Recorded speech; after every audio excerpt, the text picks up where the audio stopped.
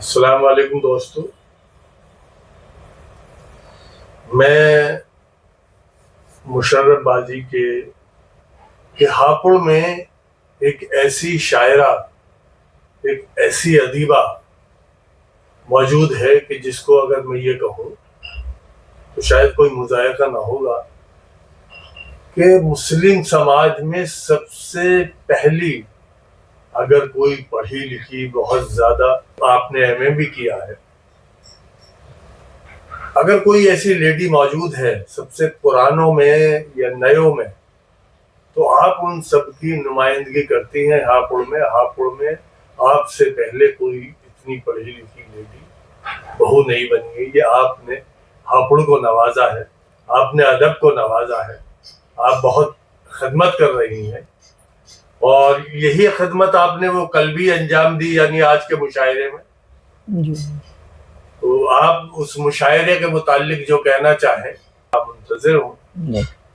جی بہت شکریہ اسلم جاوید آپ نے بہت وقت دیا اور تمام شعراء کرام کو شوٹ کیا۔ آپ کی بہت بہت مہربانیاں ہیں ہوتی ہیں ہمارے مشاعرے پر۔ یہ شہید چودھری زبردست خاں کی یاد میں یہ مشاعرہ منعقد کیا جاتا ہے freedom fighters memorial society Hapur, جو ہم ہی لوگوں کی بنائی ہوئی سوسائٹی ہے اپنے بزرگان، شہیدان بزرگان کے لیے۔ اور آؤ پڑھیں سوسائٹی، جس کے تحت میں تو کل چودھری زبردست خاں نواب الفت خاں کی یاد میں مشاعرہ منعقد کیا گیا تھا، کیونکہ 10 مئی کو انہوں نے جنگ آزادی کا 1857 کی جنگ آزادی کا بگل بجایا تھا، اور فصیح چودھری صاحب اور ڈاکٹر مرغوب تیاگی صاحب ان کے ونشج ہیں، ان کے وارثان ہیں، ان کے جد امجد تھے۔ تو ان کی یاد میں ہم لوگ ہر سال مشاعرہ منعقد کراتے ہیں۔ مشاعرہ منعقد کرانے کا مقصد یہ ہے کہ لوگوں میں جوش اور قربانی کا جذبہ بھرا جائے، آج کی نوجوان نسل اپنے بزرگوں کی شہادت کو یاد کرے اور اپنے دل میں وطن کی محبت کو پیدا کرے۔ تو مشاعرے میں بڑی دور دور سے شعراء کرام تشریف لائے، دلی سے، میرٹھ سے، بلند شہر سے، اور لکھنؤ سے، اور لکھنؤ سے چرن سنگھ بشر صاحب تشریف لائے، ملک زادہ جاوید صاحب، سیف بابر صاحب تشریف لائے، اور آج کے زمانے کے سب سے مشہور و معروف اور قابل ناظم مشاعرہ جناب معین شاداب صاحب ایک ٹیلی فون پر ہمارے لیے جو ہے فوراً آ گئے، اور بڑی محبتوں سے انہوں نے بڑی پوری رات نظامت کی۔ مشاعرہ 4 بجے صبح تک چلتا رہا، اور لوگ جوق در جوق آتے رہے، اور داد تحسین شعراء کرام کو ملتی رہی، اور چرن سنگھ بشر صاحب بھی آئے تھے، ان کا کلام سنا گیا۔ اور مشاعرے کی صدارت سیانہ کے سابق چیئرمین جناب عبدالاسام صاحب نے کی، اور مہمان خصوصی بی ڈی نقوی صاحب تھے جو ریٹائرڈ ڈسٹرکٹ جج رہے ہیں، وہ بھی ہمارے ٹیلی فون پر علی گڑھ سے تشریف لائے اور تمام رات بیٹھے رہے، صبح فجر کی اذان پہ تشریف لے گئے۔ اور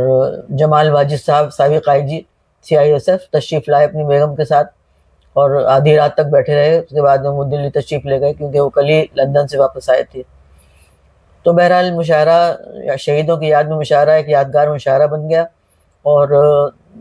یہ اس طرح کے پروگرام ہوتے رہنے چاہیے تاکہ لوگ اپنے جد امجد کو یاد بھی کریں، اور یہ بھی یاد رہے کہ ہم کس خاندان کا خون چشم چراغ ہیں،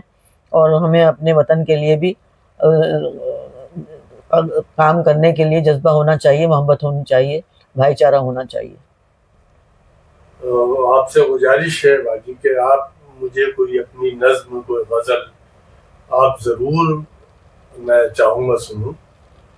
رات آپ نے وقت کا خیال رکھتے ہوئے یہ فیصلہ لیا تھا کہ آپ نے یہ غزل پہ ایک غزل، چھوٹی سی بہر کی غزل ہے، جی جی جی آپ کی سماعتوں کی نظر کرتی ہوں کہ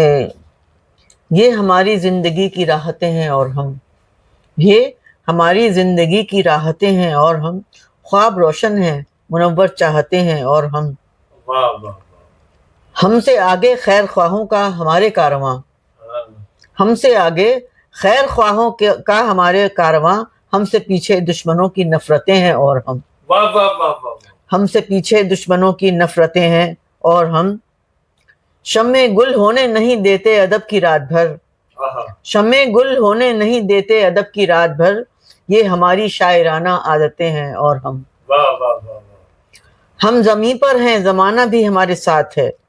ہم زمیں پر ہیں زمانہ بھی ہمارے ساتھ ہے، آسمانوں پر ہماری شہرتیں ہیں اور ہم واہ واہ، آسمانوں پر ہماری شہرتیں ہیں اور ہم زندگی ایسی ملی ہے جس کا ثانی ہی نہیں، اللہ کا شکر ہے کہ زندگی ایسی ملی ہے جس کا ثانی ہی نہیں، ہر قدم پر عزتیں ہی عزتیں ہیں اور ہم دامن تقدیر میں سب کچھ تو ہے کیا کچھ نہیں، دامن تقدیر میں سب کچھ تو ہے کیا کچھ نہیں، نعمتیں ہیں شہرتیں ہیں لذتیں ہیں اور ہم نعمتیں ہیں شہرتیں ہیں لذتیں ہیں اور ہم مشرف عمر میں روئے نہ روئیں گے کبھی، ہم مشرف عمر میں روئے نہ روئیں گے کبھی، قید سینوں میں ہماری حسرتیں ہیں اور قید سینوں میں ہماری حسرتیں ہیں اور باجی آپ یہاں سوشل ورکر کا کام کرتی ہیں، آپ سوشل ورک میں نے دیکھا ہے بہت کرتی ہیں اور لوگوں سے بھی سنا ہے جی باجی، میں یہ چاہتا ہوں کہ آپ بتائیں، آپ نے بہت سارے جھگڑے لوگوں کے نمٹائے ہیں جی اور آپ یہ لوگوں کو سمجھاتی ہے بھئی عدالت کی بجائے آپ آپس میں بیٹھ کر گھر میں بیٹھ، آپ اس کے بارے میں بتائیں کہ آپ کیا کیا کام کر رہی ہیں یہاں۔ جی دیکھیے، ایک تو یہ police line S P office میں ایک این جی او ہے سرکاری، پریوار پرامرش کیندر، کیونکہ سپریم کورٹ کا اب یہ قانون بنا دیا ہے انہوں نے کہ کسی بھی جھگڑے کا کسی بھی مقدمے کا کاؤنسلنگ ہو، میاں بیوی کو بیٹھ کے سمجھایا جائے، ساس سسر کو بیٹھ کے سمجھایا جائے کہ مقدمے بازی نہ ہو کر آپسی صلاح مشورے سے آپسی بات چیت سے مسئلے حل ہو جائیں اور مقدمے بازی نہ ہو، تاکہ لوگوں کا پیسہ بچے اور وقت بچے۔ تو میں ایس پی آفس میں بیٹھ کر یہ کاؤنسلنگ کا کام کرا رہی ہوں پچھلے 13 سال سے، اور میں نے ہزاروں ٹوٹتے ہوئے بکھرتے ہوئے گھروں کو بسایا ہے،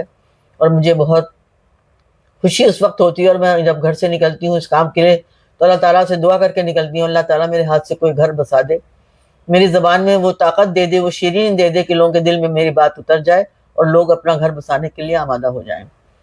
اور اب ادھر یہ پچھلے 2 سال سے سپریم کورٹ کی طرف سے مجھے نامینیٹ کر دیا گیا ہے کورٹ میں بھی میڈیشن میں کرا رہی ہوں، وہاں ہر طرح کے مقدمے آتے ہیں میرے پاس، وہاں پر زمین جائیداد کے جھگڑے کے بھی مقدمے آتے ہیں، بھائیوں کے جھگڑوں کے، سوتیلی ماں بیٹوں کے جھگڑے بھی آتے ہیں، میاں بیوی کے جھگڑے بھی آتے ہیں۔